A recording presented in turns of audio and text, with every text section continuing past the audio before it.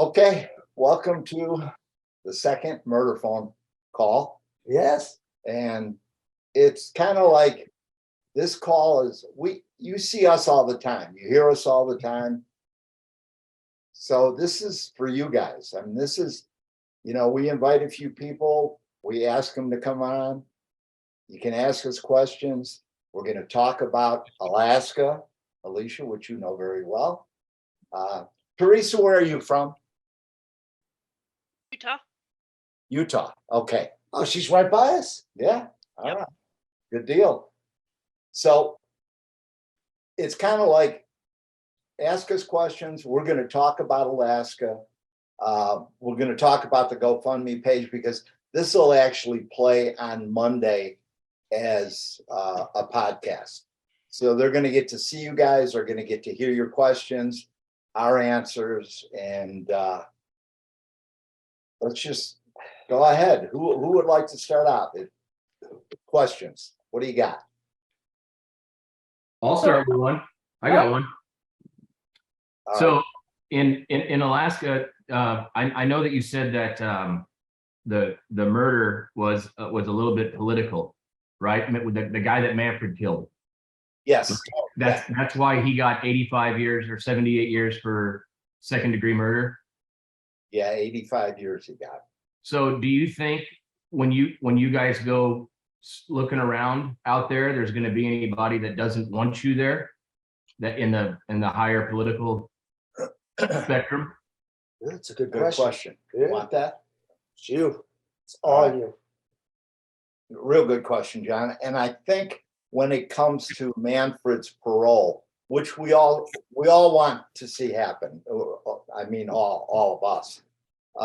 He deserves it. He didn't deserve 85 years. I don't think. His lawyer didn't think. It was more of a self-defense kind of thing. But there are a few people that are still left that were very, very pro Joe Vogler. They were in the American Independence Party, and they probably will make some noise about Manfred's parole. As far as finding the cabin and finding Megan Emmerich, I don't think so. I think everybody there is going to be real pumped up and happy if we can get this thing, when we get this thing done. Mm-hmm. So, Okay. Also, I don't know if this came across in the podcast, you guys, but it was shown on a TV show called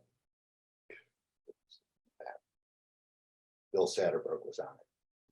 I think it was Cold Case Files or something. Something confidential, was it? Something City Confidential, was that Thank what? you. City Confidential. And one of the thing they portrayed was that Manfred was actually hired by our government to kill Joe Vogler because of it sold more copies. I mean, people were more interested in that because when Bill Satterberg went on the show, he told exactly what you guys heard. If you listen to episode 15, he told exactly what happened the day Vogler got killed, and he told exactly why Manfred did it, and it had nothing to do with Manfred being a hitman. You got to remember back then, Manfred was just a thief, and he was a drug addict, and he was a drunk, and he had a lot of problems in his life, and he did what he did. He wasn't hired by the American government. So I don't think there'll be any kind of political problems as far as that goes. You'd think too, if he was a hired hitman, there'd be a history of that too. Yes, exactly. I mean, somewhere in his past that would come up. This wasn't a first time thing. Yeah. But it was a first time thing. Tony's been talking to Manfred since 2006. Yeah. I think during that time, he would have talked about, I mean, he was very forthcoming about everything. And I think he would have talked about being a hitman, don't you? Yeah. And Vogler wasn't a upstanding citizen by any means, He right? was an asshole. Yeah. I mean, he was not a good person. Yeah, he had a lot of fans though, He Yeah. Bill wasn't one of his fans. Bill knew him quite well, Satterberg.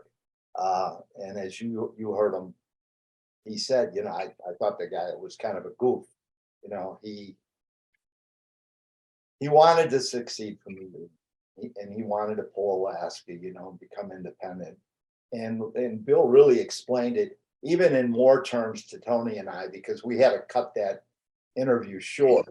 But he went into a pretty long dissertation as to why it would have really hurt Alaska to pull away from the union.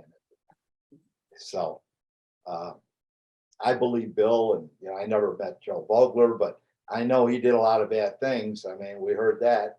And the guy he used to run with, Harold Brown, and he was an outlaw. So yeah, there was a lot of unanswered questions as far as Joe went.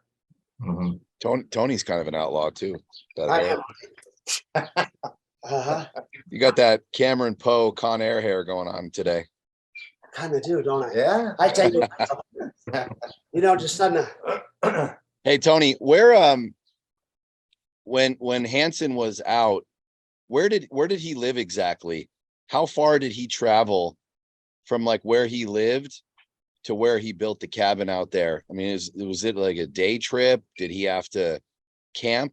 How far did he go? 60 miles, right? From what I know, Robert Hansen had a home in Anchorage. Yes. Mhm. And so from Anchorage to Seward, if you were going to take a boat, I'm not entirely sure. I haven't done that myself, but that could be a pretty, depending on what route you took, because that's also, you got to factor in the Alaska Marine Highway as well, because that's a pretty busy thoroughfare. That's how we get a lot of our freight besides cargo. So Right. that's a very busy, I don't know if it would have been as busy then as it is now per se, but that would be a definite factor into considering that.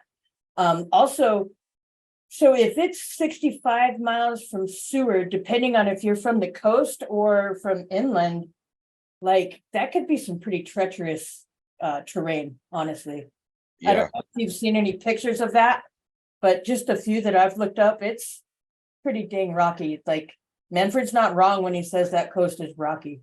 I've been Okay. doing quite a bit of looking online and trying to find different maps and trying to find what route he would have been able to take, like, docking a boat or even getting a boat on the shore.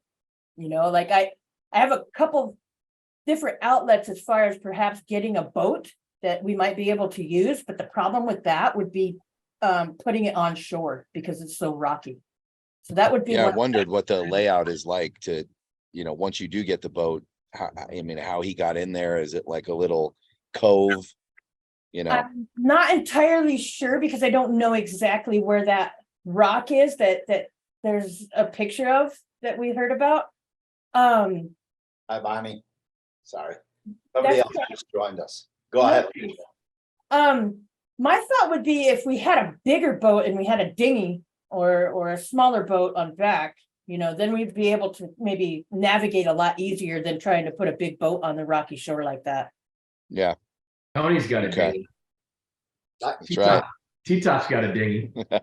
What a dinghy? Dingy. He's got a dinghy. Yes. Oh, Alicia, let me ask you a question. And John had brought this up to us. Let's say we did get to that area, and we're pretty sure we can, pinpoint. We'll be right there, near where the cabin is. But from what Manfred said and what you're saying now, it's treacherous trying to go ashore, right?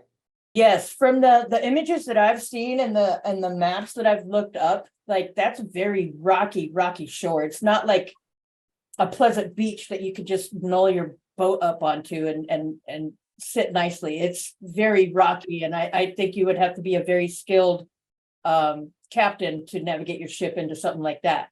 But if you were in like one of the like a real rugged rubber raft that wouldn't just, I'm not trying to think of like some little kid thing, but like something that would the crabbing boats would use, that would be built for something like that, I think that would probably work.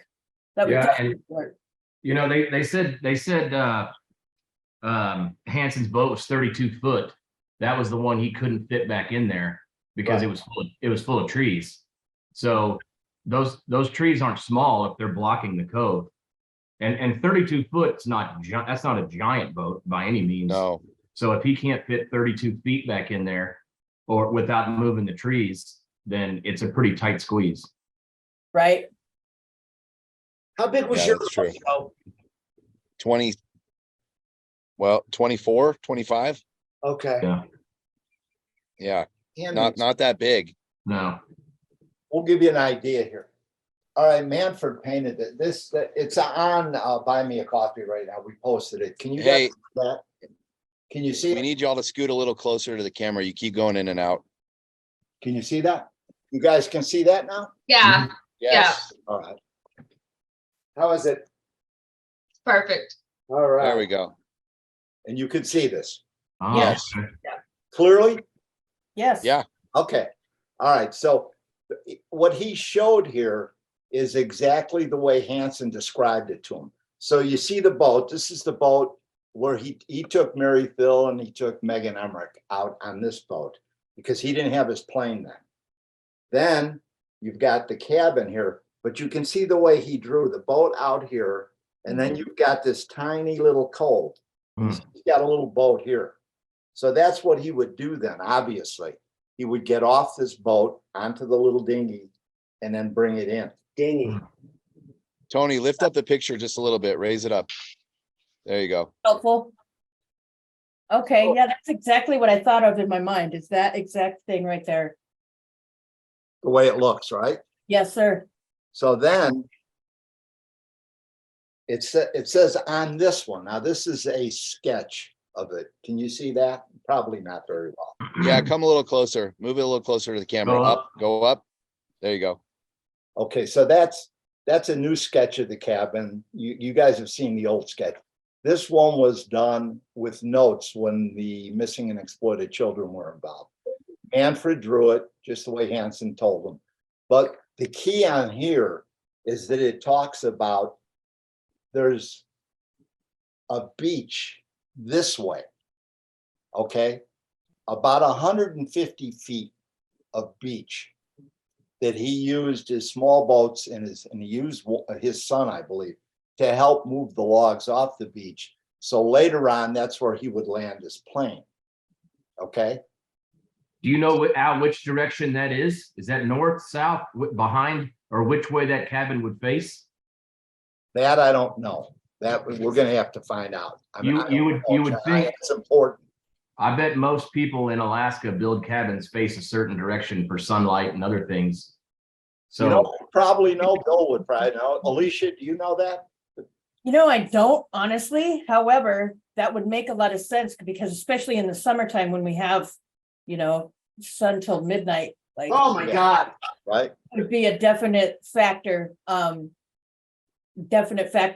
that being said, also, with the lightness, there's also the dark factor, and that's primarily what we deal with mostly is the dark factor. So that would probably play into that as well. So on my email that I wrote about, Knik River is how you pronounce it. It's actually, you pronounce it with the K. When I originally moved here, I transferred with FedEx and my route was down that road. So I literally drove on that road that he was down. And you could just feel the eeriness. Like you could definitely feel it was eerie. And then also one of his other victims, Klutna Annie. I don't know if you've heard of her. Yeah. But we pass a Klutna coming to Palmer and Wasilla as well. So he's left quite a bit of destruction around. So I would be happy to get all of this out in the open. Yeah, definitely. Right. Yeah. Now, here's what I was thinking, you guys.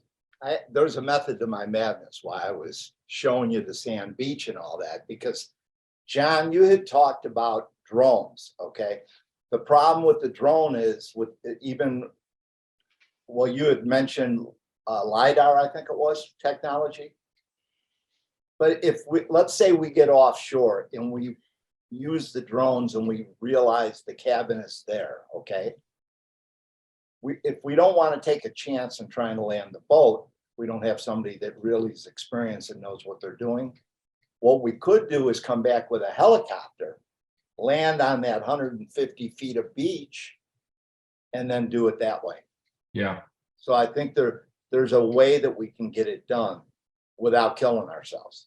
Yeah, I think just finding it, everybody will be so ecstatic. It'll be whatever it takes to get on shore and go get it done. Right. Right. And if it's a helicopter or if there's a, you know, it might be rocky beach, but if that asshole got in there for so many years, there's got to be a way. And even if you have an aluminum bottom boat, you know, or aluminum bottom or a steel bottom boat, and we know where it is and we rent one of those, you know, you can still beach those things. You don't have to have a big boat. You might need a big boat to find it, but you know, Seward rents, I've already looked, they rent little, you know, 28-foot boats that are steel bottom that you can beach. If as long as it's not a sheer face rock cliff and there's no way to get up there, then there's no way to beach it. But obviously this guy was doing it, so there's probably something where you can at least beach up. Well, it looked like from that picture that there was a cove, Yeah. you know, and if he was able to anchor his boat out there and then come back into a cove. Yeah. So Alicia, when you say it's rock, it's all those shorelines are rocky. Do you mean sheer cliff rocky, or do you mean there's just rocks on the beach? I mean, sheer, not necessarily cliffs, but definite ragged rocks. Yeah. Like no sand. It's just like Right. legit just rocks. Like it wouldn't be safe to do that. Yeah. I mean, I wouldn't feel safe, but I'm not a professional in that. And it would depend on the seas that day too, and what the water's doing and wind and everything else. 100%, yes. Yeah. Another question I had though, so if he built the cabin without having the plane first, right? Yes. And Yeah, so he must have built that with the mindset of getting a plane sometime in the near future if he had that beach and laid all that down, right? Is that? yeah, that sounds about right. Yeah. Yeah, He didn't say when he cleared the beach. He built the cabin probably around 70, 71. Okay, Megan Emmerich went missing in 73, and we know Mary Thill went in 75. And we okay, know that he took them both by boat. So he didn't have the plane yet.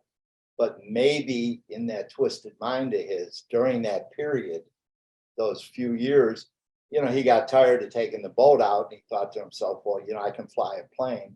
mhm. We get a plane and figure out a way to get the girls out there. Yeah. The cabin motivated the plane, I think. Oh, of course, 100%. Yeah. It went one motivated the other. But I'll tell you this, and I feel confident about it. If he's landing an airplane on the beach, we can get a boat onto that beach. Well, here's another thought For too. sure. There's a ton of bush planes here. Like, of course, there's helicopters as well, but bush planes are a dime a dozen here. I'm surprised I don't hear them right now out the window because a lot of people have planes, so that wouldn't necessarily be difficult to find somebody with a plane, with a bush plane like that. Also, What's a bush plane? A Piper Cub.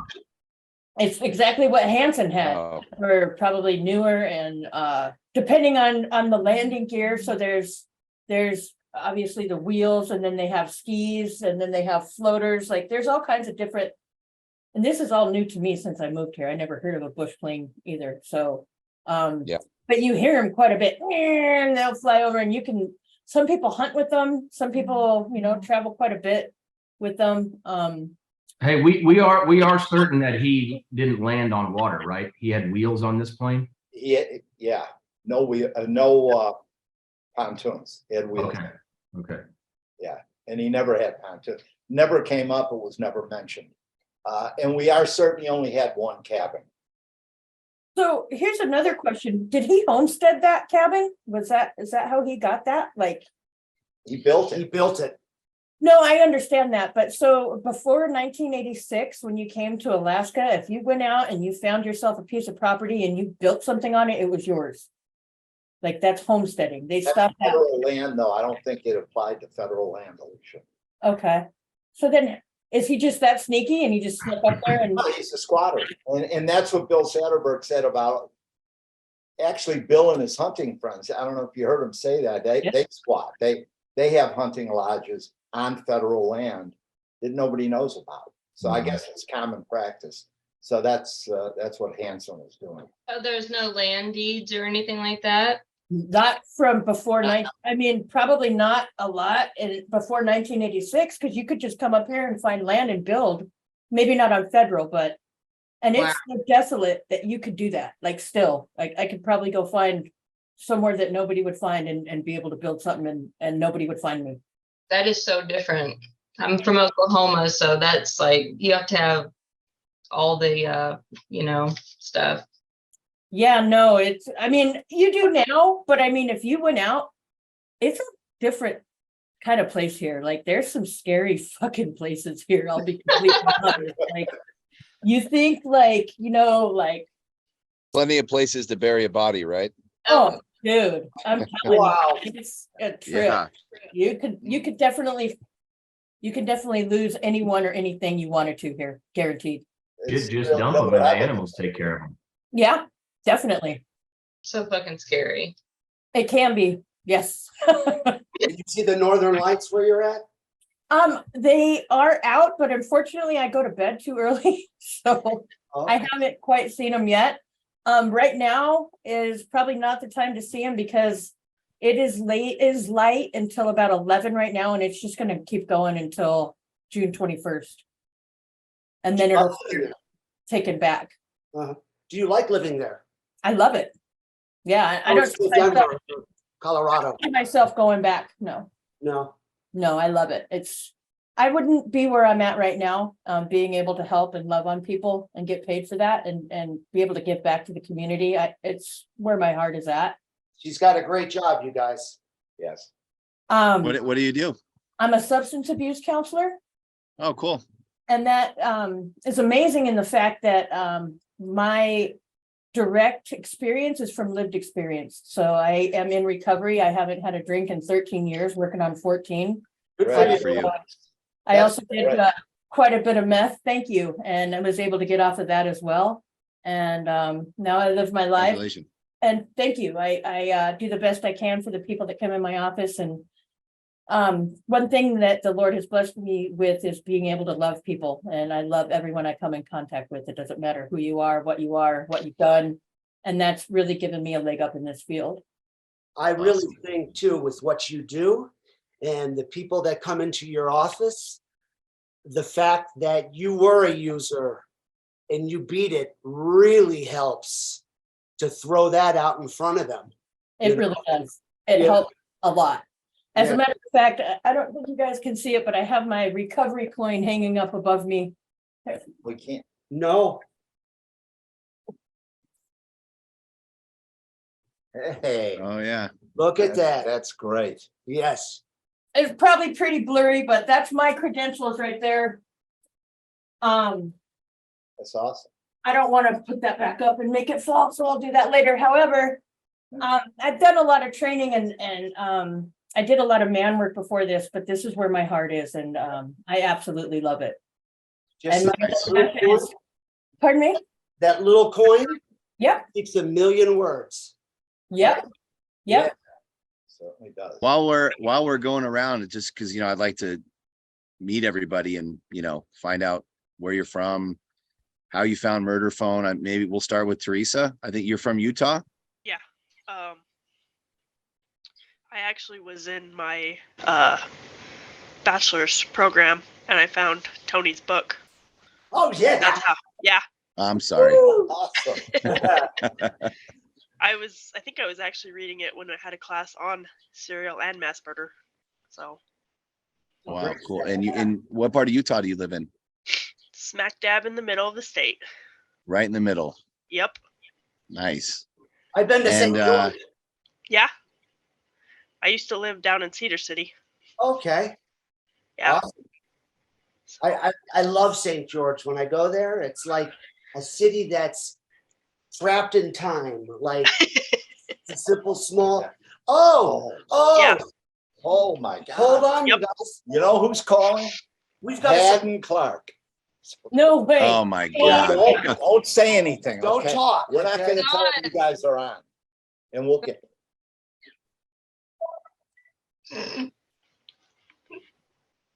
hello?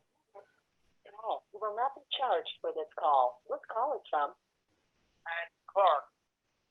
An inmate at the Maryland Correctional Facility. This call will be recorded and monitored. If you wish to block any future calls of this nature, dial 7 now. To accept this call, press 0 now. Thank you for using Global Link. Hi, Haddon. Your father there? Yeah, my dad's right here. Hi, Haddon. Okay, this is for you, Albert. Your birthday was yesterday. Happy birthday to you. Only one will not do. Take a gift of salvation, and then you'll have to. Happy birthday. Oh, thank you. Yay, thank you, Haddon. Appreciate that. Okay. And thank you again for that artwork you sent. That was really nice. We appreciate it very much. I didn't know Jack Echo was from Boston. Yeah, I didn't know he was American. yeah, he's an American-born player. I didn't know that. He's good, isn't he? Oh yeah. Oh, how many players does Las Vegas have on their team from the original team? From I'm trying to think right offhand. I know Marchessault, Carlson, Carrier, and I think McCabe. I think the defenseman, McCabe. Oh, and Theodore. so how many? 5? I think it's four or five. 4 or 5. 6. Yeah. 6. Yeah, 6. Oh, there's 6. There's 6. So you already knew. You're like a lawyer. You already knew the answer to the question, huh? Right, I already know the answer. Did you hear from Michael Bay? No, not yet. Okay, fuck him then. Fuck him. I'm glad Jamie Ben can't play tonight or tomorrow night, next series either. I know. Yeah, what an asshole. I know. That was really a stupid play. Stupid. He's the captain. It He was should really, know better. really dumb. Yeah, really dumb. Oh, and this is the first time in NHL history that the first 4 games went to overtime. Yeah. It Yeah. was- It's done 3 times, but never 4 times. Yeah, some amazing hockey going on. Hey, Haddon, we're leaving right now. We have a reservation for my dad's birthday to eat dinner. We knew you were going to call, so we didn't want to leave until you called. Yeah. Can you call us tomorrow? Can I call you when? Tomorrow? Would you be able to call tomorrow? 8:30. I can call you 8:30 tomorrow. Yeah, same time then, 5:30 our time. Yeah, that'll work. Same time tomorrow night. Sounds good. All right, buddy. Tomorrow night. Okay. You have a good night. You have a All good right. night. Thank You you too. again, Haddon. Okay. Bye-bye.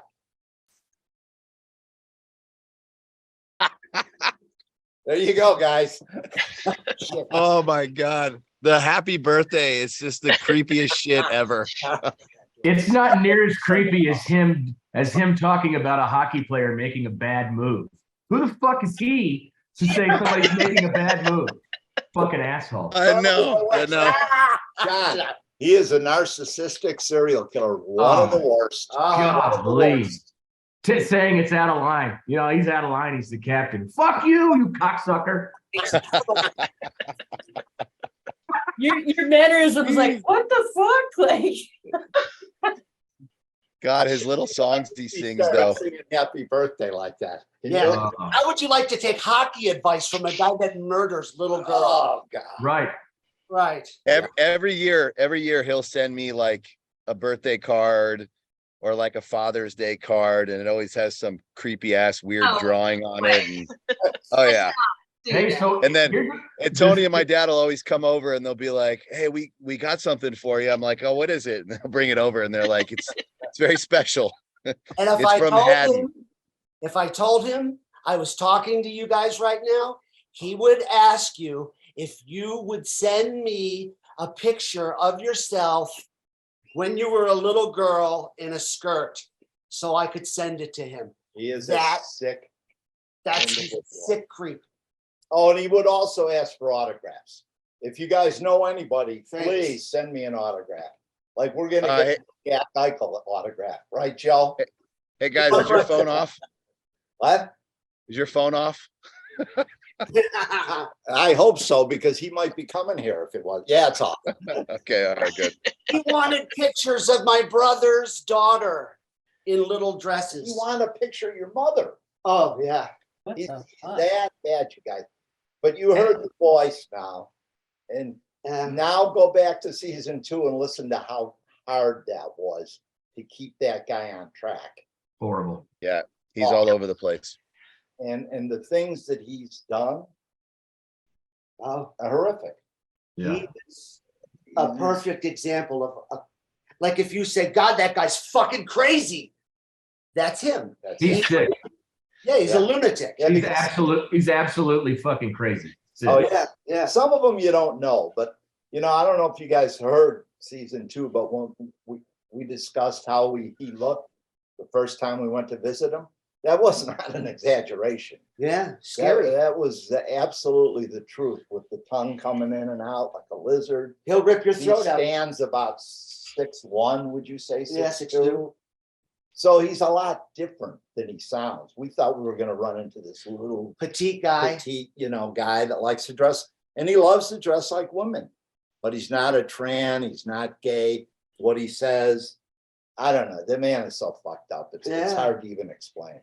How about the fact that he calls himself Mr. Bunny Rabbit, Oh, and he would have like, he would take a paper plate, like a just regular paper plate, and he would draw bunny ears and then color them, and then he would cut them out and he would wear them and walk around in the prison with his bunny ears on. Yeah, Hopping, yeah. hopping, hopping He- from cell to He's sick. cell. Think about He's that. sick. Was he in Very jail scary. or is he in protection? Oh, he's in protected. What do they call it? AdSeg? Yeah. Yeah. Yeah. And they've tried, I think, eight or nine times to kill him. Even the guards tried to kill him once. Wow. And then they moved him to New Mexico and they tried to kill him there. And then they moved him back to Maryland. He's just disgusting. Is he aware of this podcast? Oh, yeah. John, Has he heard it? I don't know if he's got pen pals, that write him. I don't know if anybody's written him and told him the things that we've said. Yeah. Myself and Tony have both tried to kind of, blame it on Hollywood. we blame it on Hollywood. We tell them it's scripted and Yeah. have to say things we don't really mean. Because this fucking guy knocking on our door someday, Don't give any information to that creep fuck. Oh, He Glad I don't live there. funny, you guys. He's Yeah. funny. oh yeah, he was from a really wealthy family. He's got Oh, Big that cock. makes it even more of an asshole. one of his stations comes to Tony. He's got 20,000 in his checking account. Just Oh, and our government gave him one of those, what do they call those checks? stimulus. Stimulus. He got a stimulus check. Think about that. Kidding me? No, I didn't even get one. Fucking crazy. I didn't get one. Uh-uh. You didn't get I one. didn't get a stimulus check. Ed and Clark got one. And he bitched about it. Oh, yeah. Oh, yeah. He asked Tony if Tony could write the White House because they promised him 2,000 and they only sent 1,400. my God. Yeah, just tell him yes. I'll write the White House. Yeah. Stupid Yeah. ass. And what's so funny about him is he asked us for all these autographs, and but he's delusional, you guys. It's like he thinks I can just write Marcia So, these famous people, actors. Like he loves the little girl that plays on the Sheldon, what's it called? Sheldon? Young Sheldon. The Young Sheldon show. I forget what her name is, but he loves her. It's She's Reagan something. Reagan. Can't remember the last name. Yeah, he just thinks that, here's his gig. He writes us letters, all right, to them. So I'll get the letter, and then he'll think that I can send it to these people, to these celebrities, and they're going to sign an autograph and they're going to send it back to me. Yeah. Well, good. Let's bilk him out of that 20 grand and it'll pay for the fucking Alaska trip. There- Yeah, we should ask him. Right. I'll say, By the way, I can get you any autograph you want. It'd be about $3,500 a piece. right? Stupid motherfucker. speaking of celebrities, so going back to Hanson. Yeah. Did you guys see the movie The Frozen Ground? You Yes. familiar with that? Like John Cusack and Nick Cage were in it. Oh, they played a So- great part, I think. Yeah. Yeah, I was having coffee yesterday with a buddy of mine that's really, really good friends with Nicolas Cage, who lives in Vegas. So when we were having coffee, we sent Nick Cage a link for the GoFundMe and the story and all that. And he wrote back and said, "Oh my God, that's badass." And so we're trying to set up a lunch to maybe potentially get him involved, because I mean, after all, he did the movie playing, he was the prosecutor, wasn't he? Or the detective in the movie? Detective in the state. The prosecutor, yeah. Not the prosecutor. No, he was the cop. The Or trooper. Just a detective. yes. So I don't know, maybe we'll get some interest from him, and he can maybe dig into some of his contacts too. Would be pretty cool. Yeah. Yeah. Get an autograph too while you're at it, perhaps. Yeah. I'm gonna get right on that.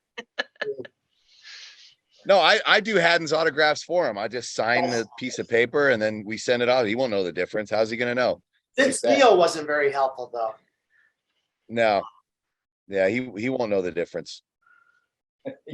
That's the autograph he wanted, Vince Neil. No, No. this guy that Joe's talking about, who's really Yeah. good friends with Nick Cage, he's like really, really close to Vince Neil, the lead singer of Motley Crue. Yeah. And Vince Neil and Nick Cage are really good friends. That's how the three of them met. Huh. Yeah. And Cage lives in Vegas too. Yeah. Yeah. And Vince Neil lives in Nashville, but his heart's in Vegas. I think he's Lives in pretty a bored. castle. He He's bored. used to live here, right? Yeah. He used to live here. And Yep. his girlfriend, she kind of dragged him out of Vegas for his own good, right? For his own good. That's what she said. I don't know. Probably. Drugs and alcohol. He's had a rough life. Yeah. So we were going around here. Now, Bonnie, I'm gonna pick on you. So you're from Oklahoma, Yeah. and give us a fun fact about you. What do you want to know about me? Anything. Oh God, I don't know. How'd you find Murder Phone? Okay. Yeah, I found the audiobook. I love to read about serial killers, and audiobooks is easier for me to read, or consume. So I found the book and I was like, wow, this is incredible. And I wondered how Anthony was doing, and I found him I actually messaged Murderphone Facebook, and I was like, this book is incredible. And Tony messaged me back, and then he sent me a friend request, and I was like, I don't think this is real. I thought it was like fake. T-top. So that's before the podcast, right? That's pre-podcast. Oh yeah. Yeah. And then Okay. I listened to I binged all the episodes. Nice. Yeah. His life's an open book, right? Isn't that what they say? Yeah. Is there some- I've listened to it twice. So I know everything. It was, Apparently my life's an open book Bonnie. too, you know, about my certain fetishes and things that I have that, I know you like to be peed on. yeah, I'm sorry. apparently, Picked on is the right word. yeah, that's You're word on at the your street. house right now. Get your wife over there. I remember, she's not here. I don't know where she is. What did he call I you? remember I used to be drive to work on Monday mornings and I'd be listening to it. I used to have like ride to work was like 30 minutes and I'd listen and I'd just be driving down the street and I'm like, this motherfucker. And then of course I'd start getting text messages from my friends and other people that were listening to it. And they're like, oh, this is interesting. You never told us about this. And I'm like, what are you talking about? And they're, oh, you haven't listened to the episode yet. And then I would listen and I'm like, oh my God, I'm going to kill him. I'm Well, going to kill you know, him. I have to admit, I thought he was telling the truth, and I was like, I Oh can't believe my he's God, even worse. I doesn't seem it would, especially I was started out and was like, my God, you know, I can't believe he's telling us about his brother. Like, this is so rude. Well, you know something, Bonnie, you weren't the only one, because we got a lot of emails from girls asking if that was true, right, Joe? They're into it. That's why. Yeah.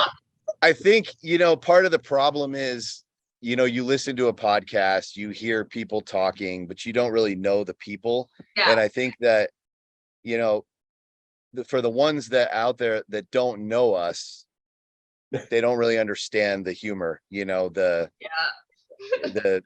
sort of joking that goes on. John knows because John's known us for, you know, my entire life pretty much. But Wow. it's like, I don't know. I think a lot of you sometimes you go out and you read reviews online, and I mean people can be assholes, Yeah. but they're like, oh my God, what kind of family is this? I can't believe that they let this kid that has a brain injury write to serial killers. Are they nuts? His parents must suck. And it's like they just don't know. Yeah, total opposite. Yeah. You can't let it bother you. I mean, I laugh when I read some of it, but he was 29 when he started the hobby. And when the book came out, you know, they're talking about a 15-year-old boy. Well, he was 15 when he got hurt. Yeah. He started writing these guys. He was 29, and they're, you know, I got hate mail. How could you let him do that? You know, he's just a baby. He's got a brain injury. Not like you were pimping him out to him. Right?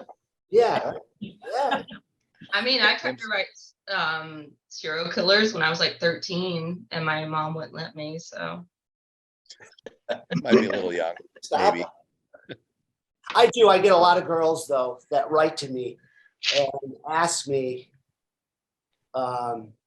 if I think it's a good idea that they write to these people.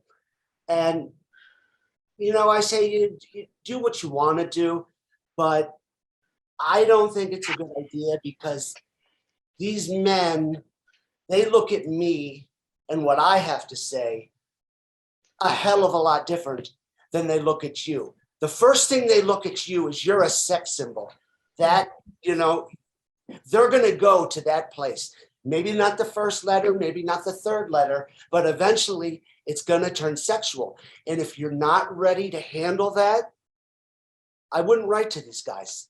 And I'm very upfront. And I Yeah, tell you them, are. Yeah. yeah. Yeah, I know how they are. I know what they tell me.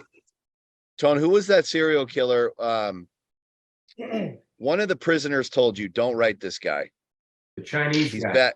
Charles, Yes. Yeah. Charles Ng, right? Yeah. Good Charles. memory, John. So know that, John. who told you not to write him? Douglas Clark, who's also on death row Piece in of San shit. Quentin. At San Quentin, Uh-huh. because he said Ning is like, he's got people on the outside. He's a bad dude all the way around, Got a right? lot of money. His family's got a lot of money. And Yeah. And if, you know, it's kind of like writing a gangster or something or a cartel person, you know, if You they, piss him off. yeah, if you piss them off, even if you They got a don't long think you're reach. pissing them off, they might think they got a long reach. they got a long reach. Yeah, Yeah. they do. Alicia, I think you said something about Doug. Oh, what a piece of shit. Oh, Doug.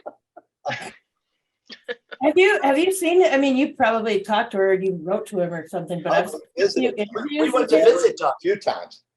Fuck, what a dickhead, man. You know something? Did you write Doug?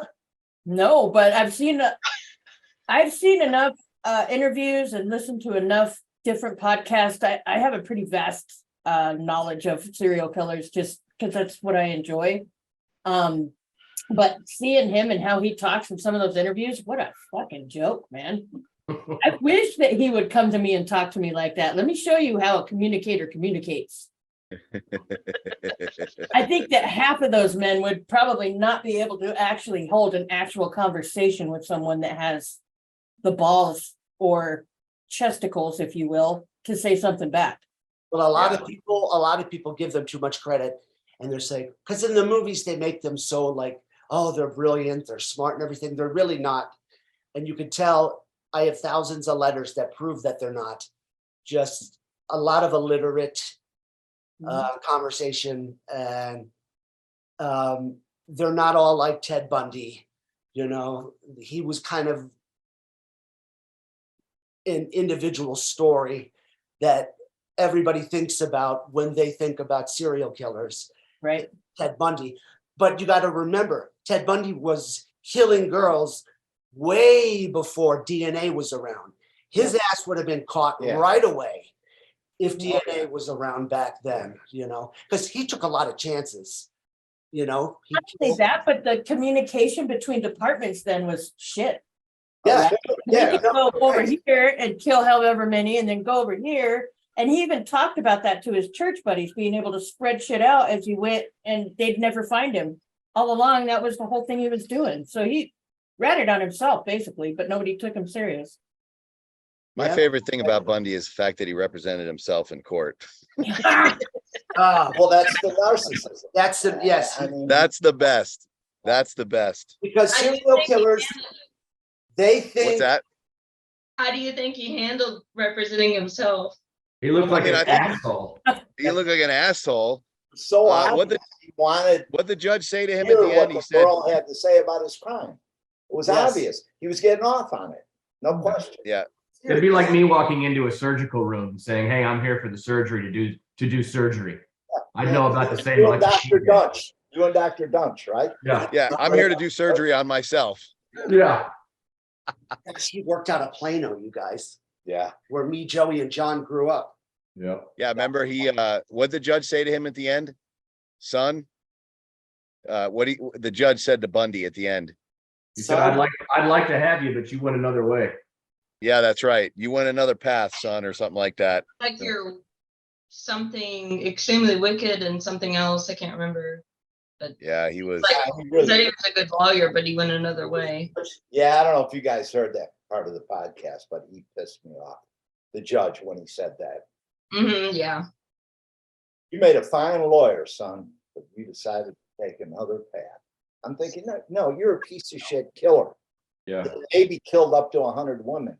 Don't say that to him, Judge. What are you, an idiot? Right? Exactly. Yep, Bundy. true. Hey, back to Doug Clark. Now, there's a chance, Alicia, he might not have done it. Hmm. There really is. We've done a tremendous amount. In fact, in that closet, I got a stack this high of legal documents, Mhm. the investigation. And the LA police, they weren't the best. I don't Yeah, know no, they weren't. if you know much about them. I do a little bit, yeah. Leroy Orozco was the lead detective in that case. Hmm. And he said that a woman could never have done these crimes. He made that genius statement. It had to be a man either helping her or leading her, which, and I'm telling you this because we have an interesting story. Have you ever heard of Dorothea Puente? Yep. Okay. So Dorothea Puente, we used to go visit her in what was it? Sacramento, Yeah, I'm trying to think of Chowchilla. Chowchilla. Yeah, Okay, and Carol Bundy actually was in Chowchilla when she met Dorothea Puente. And Dorothea told Tony and I that she had told Carol that there's absolutely no way that they would ever believe that she was the killer. That definitely blame it on a man because they're not going to buy the fact that a woman could do these kind of things. And I'm sorry, I said it the wrong way. Carol Bundy told her that. This was when Dorothea was in for her first time. You know, she was in twice. Right? Time was because she was just cashing the check. She wasn't killing them. Carol Bundy told her, you know, you really ought to get rid of the witnesses because nobody's going to suspect you. And she told us that. And she was very proud of that fact. Tell them about Dorothea. Yeah. Oh boy, talk about ice in the veins. And she Just- told, and she came right out and told us that Carol was the mastermind and she did the films. Well, here, I'm a mastermind. You know what I just did? I just took a squirt right in my parents' bathroom. Oh, that's real nice. What? Don't sit on the seat. I pissed all over the seat so mom could sit down in it. No, I didn't. I didn't. But wouldn't that be great? Wouldn't that be great? But anyway, that I was telling them about Dorothea and what she told us. Now, if that's true, I don't know, but Doug Clark swears that he didn't do it. He's a creep. He's a pedophile. We can't take any of that away from him. Yeah. But I don't know if he's a murderer. He doesn't fit the bill. When you're talking to him, when you're having phone calls with him, when you're reading his letters. He's very smart. He is a smart He's guy. very smart. The way he was raised, I don't know. I really I don't don't know. know. He's on death row, isn't he? I'm not saying he's not Yeah. a piece of shit. I agree with you, Alicia. Right? The way he talks. In fact, he's very bitter, as you can imagine, if he didn't do those crimes. That you know, he's Spent his been whole life in his whole prison. life there in San Quentin. But you should hear him talk about the other prisoners. Oh my God, right? I can't imagine. Oh yeah, he hates them. Like Randy Kraft, Randy Kraft, the Night Stalker, Richard Ramirez. Bill Bonham. Yeah. Ooh. He liked Lawrence Bittaker though, Yeah. which I couldn't figure that out. The tool shed killer. Hmm. Anyway, you know, those are the things that Tony has run into over the years. And we don't know if they're true or not, but we'll do a podcast on Dorothea. He's got a ton of stuff and phone calls from Dorothea, which is pretty interesting. You talk about a sick woman. Oh my gosh, you guys. He was scarier than any of the men. Just dead. Dead. She has a cookbook out, doesn't she? Or did Yes. she wrote a cookbook, right? Yeah. Good job, Elise. Dorothea. Telling you, I'm on it. Yeah, You're she's on a it. weird one. Yeah, you're on it. Hey, asshole, how's your backyard? Nice? It's nice. Well, it's either here or a 2-year-old little terror in there running around while I'm trying to talk here. So Is he there? Is he in there? he's in the window looking at me. Hi, Luca. John, Sir. why don't you tell them where you're from? I mean, we know you, but they don't. Okay. I met these guys when I was in kindergarten. I mean, I met Joey in kindergarten, and I think I grew up in their house more than I ever did my own. I mean, I mean that literally. I was literally in y'all's house more than I ever was in my own. Al was our coach, our football coach. Me and Joey played sports all growing up, even Tony before the accident. And I mean, I remember you vividly before the accident and obviously afterwards. And Al was a great mentor to me as a young kid, my teenage years.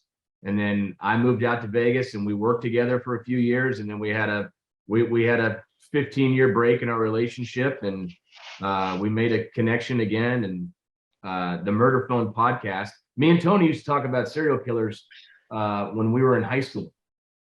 I'm Joey's age, so Tony was, I think, 2 grades older than us. And John has his older sister who was my age. Right. Yeah. But I wrote my high school senior paper on Ted Bundy. Theodore Roberts. And Robert. the teachers thought I was fucking nuts. That's amazing. And look around now, true crime is like the most popular thing in the world. And I'm like, fuck you, who's nuts now? Assholes. Real. Yeah. Exactly. So I'm so proud of Tony that he went and did and lived out his dream and did this. I thought it was just super, super cool. That he was able to go do it and be successful at it. A lot of people do it, but how many people are successful at it? I could never do it because I could never break through the way he can. And that's why he's so successful, is because he can get their guard down, because he has gone through a lot of some of the same shit those guys went through when they were kids. He understands how that feels, and the pain of people not being there for you, as far as friends, not family. He witnessed it all, you guys. He was there. Yeah. Yep. Mhm. So we kind of, when Tony got hurt, our roles sort of changed. I kind of became the big brother overnight. Tony kind of became the little brother.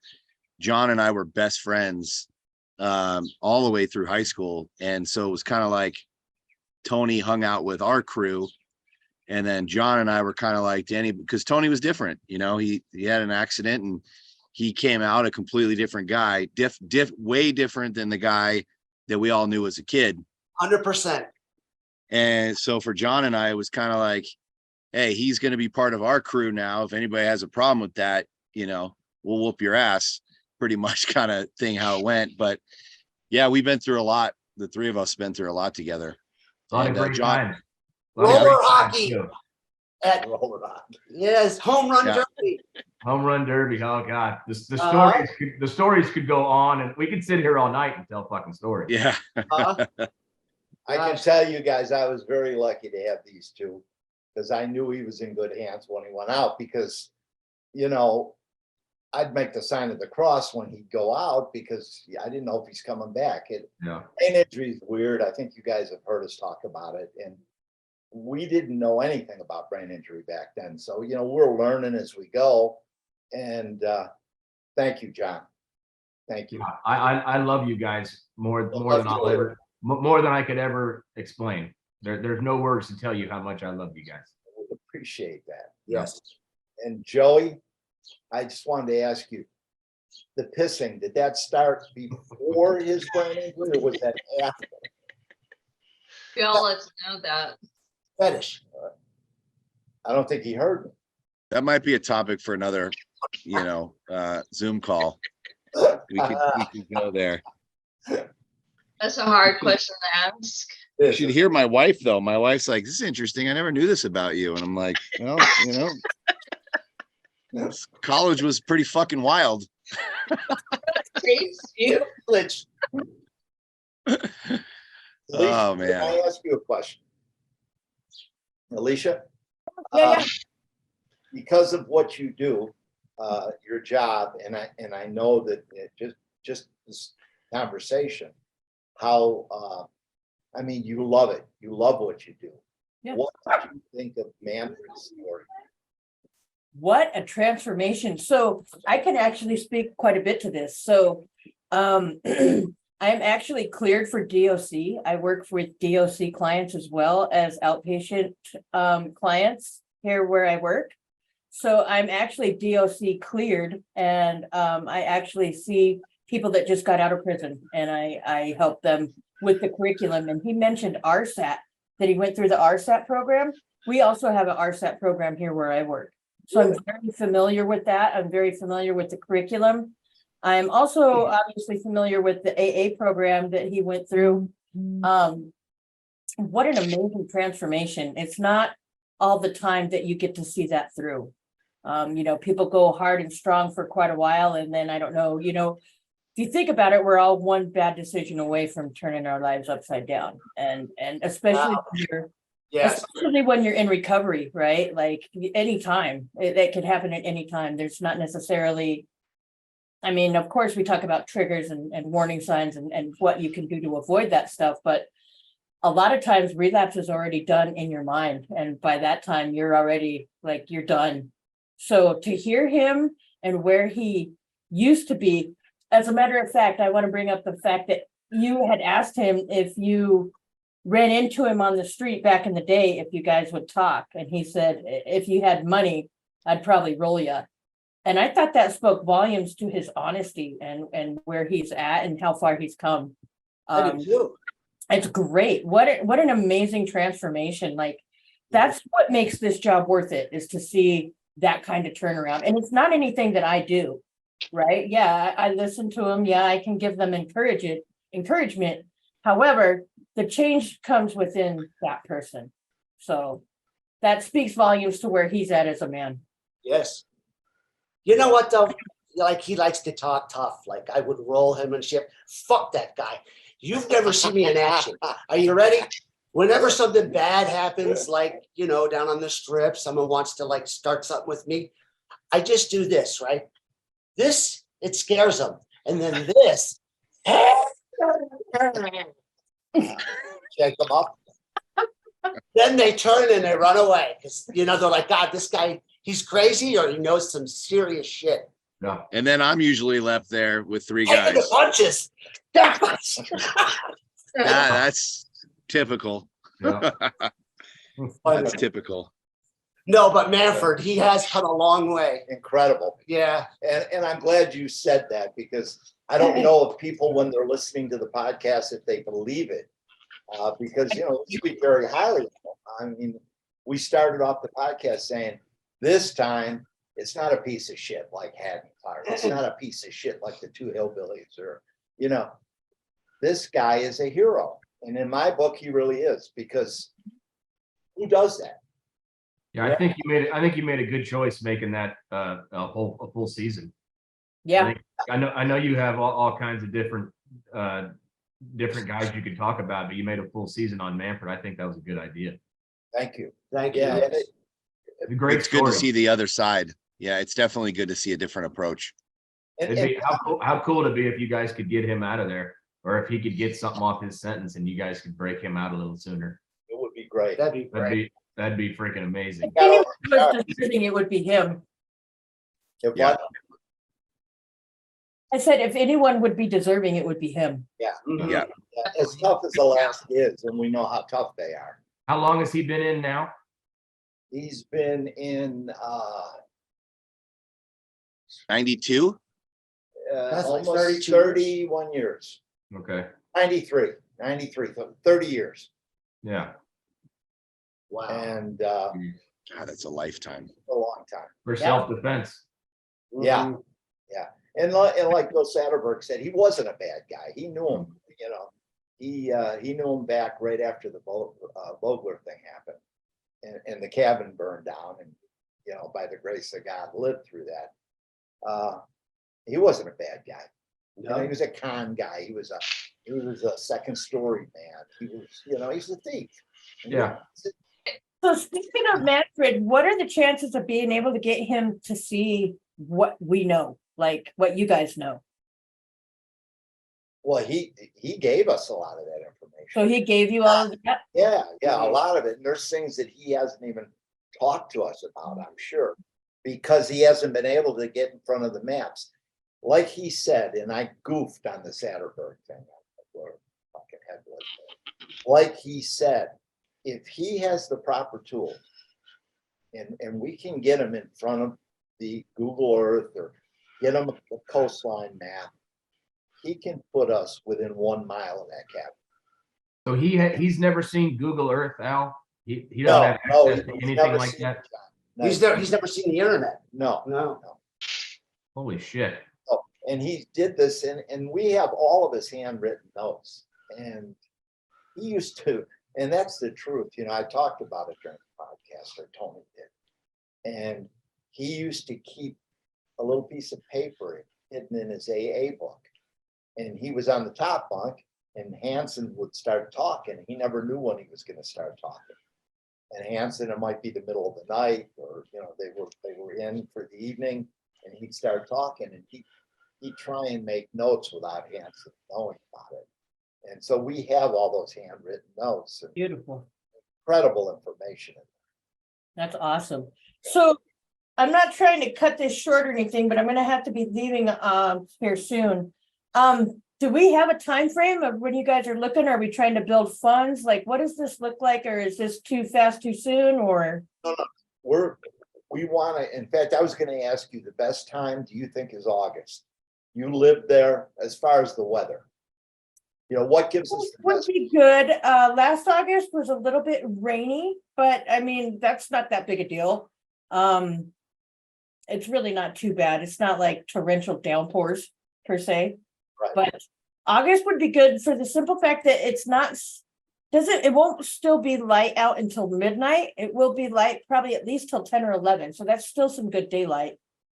But yeah, as far as August goes, that would probably be a great time to come.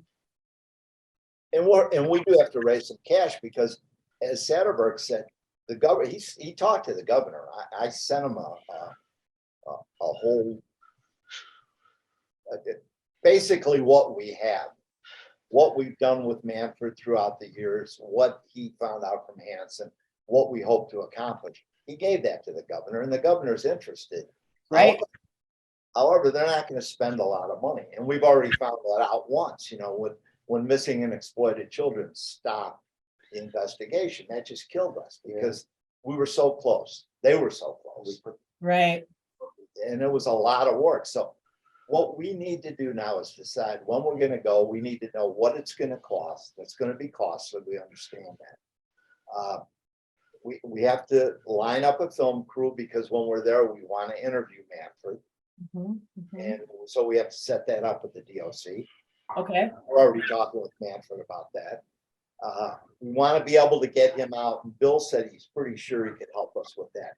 Get him out, get him to Seward, possibly where he can sit in front of these computers, where we can go over Google Earth. We can go over all the clues that he knows from Hanson, and he claims that he can put us within a mile of the place. And I believe him because he's never seen Google Earth. I think it would blow him out of the chair. Yeah. He's able to, you know, bring all the stuff into his mind that Hanson talked about and see it on the computer screen. So Manfred's never seen the internet, but Haddon Clark's watching Game 3. What a fucking asshole! No shit. Wait a minute. He was talking to us. Haddon was actually talking to us on his tablet in his cell. That's Unreal. Can you believe it? Makes a call. I'm actually a little jealous of Manfred that he's never seen the internet. I kind of wish I've never seen it either. I wish I didn't have a cell phone. Yeah. so That'd be amazing. one tidbit that I could give you as far as, you know, trying to save a little bit of money, the further out you buy your airline tickets will help you out in the long run. So if you have an approximate date of August, I would start looking at tickets now, because the sooner you get to that, it's going to go up. And that's also around the time that hunting season starts. So a lot of people are going to be coming out here for probably bow hunting, I would imagine. So Watch, I'm gonna get shot, right?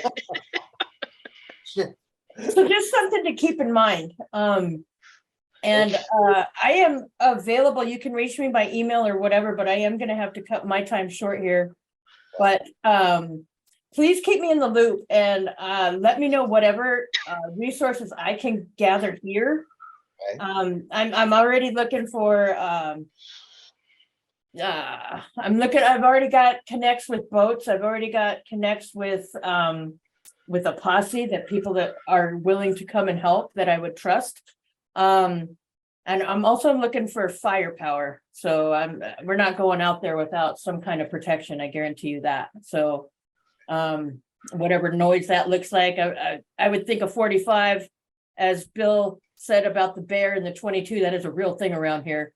So make sure you can run faster than your buddy, because that is a real thing around here. That's great. I'll have a gun. I could fucking shoot somebody.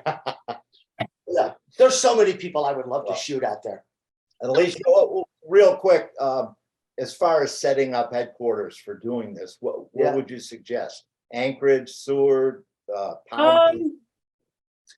You know, I can do a little bit of research on that. Like, how do you want, do we need a conference room? Like, if we're going to want to be closer to Manfred, then we're probably going to want to do it near Seward, right? Because that's where he's at. And it would probably be easier for that, because I don't know if he's gonna be able to Zoom or whatever that would look like if we did it in Anchorage. But there's definitely gonna be more, what am I trying to say? He's not in Seward anymore. Oh, okay. He's in Wasilla. Who is? Yeah, just look at a letter. Yeah, hang on a minute. Oh, if he's in Wasilla, oh, shoot, dang, then he must have Yeah, gotten, he's on Wasilla. He's at Goose Creek Correctional, I know exactly where that's at. which is in Wasilla. Yep. That's down on KGB. It's Connect Goose Bay Road. They call it the KGB. So yeah, I know exactly where he's at. Not necessarily too far from, so if that's the case, then Anchorage would probably be closer to Manfred or even Wasilla. Alright. But I don't know how big of a place you guys need. I don't know if I should look like for an Airbnb or something for you. Like, I'm not entirely sure how much room you're gonna need or what. Well, I think we got to figure that out. You know, we got to figure out who's coming Okay, and what kind of space we're going to need, what we're going to need to rent. So yeah, we'll work on all of that. And then I guess we could get in touch with you and see what you might be able to help with on the boots on the street there. yeah, no problem at all. Please let me know. I am here to help in whatever capacity I can, wholeheartedly. Awesome. Alicia, how So far nice is to meet you. Anchorage from Seward? So that's about a 2.5 to 3 hour drive. And we'd be renting a boat out of Seward, right? I would believe so. Yeah, that would probably be the closest. And the cabin is gonna be 60 to 65 miles to Seward? Yes, away from Seward, from what I understand, if I understand the information right, yeah. Yeah. So, I mean, I would think you'd want to be as close to that marina in Seward. Well, I mean, I would agree with you there, but also the fact that like if we had headquarters here in Wasilla and then we did a road trip or whatever down to Seward and had everybody that we needed to have or have whatever set up on that other end. Like, I think that a good home base would be good. And maybe you two-part it and do, you spend the first couple of days gathering intel in Anchorage and then you go put that plan to work in Seward. Yeah, that would be great. Cool. Yeah, so whatever I can help with, you have my email. I'm more than happy to give you my phone number if you need it. Whatever that looks like, I'm all here and I will get whoever I can. I've already got a pretty good posse ready to go. So you let me know and I will help with whatever I can. Well, we appreciate Awesome. and appreciate you taking the time to. Yes. to get on the Absolutely. call. This has been so awesome, guys. Like I am, yeah, this is like a bucket list thing. This is the coolest thing ever. I want to hear more from Teresa. What's Teresa doing? Teresa's quiet. Well, Did you read all those books back there? we're gonna stay on, John. Alicia you have to go, right? Yeah, I have to go, guys. Okay. It was really nice to meet you, Appreciate Alicia. everything, and please be in touch. And I can't wait to talk to you all again. Sounds great. good. Sounds great. Take Thank you care of yourself. so much. See ya. All right. Bye-bye. Take care. Bye, guys. Bye-bye.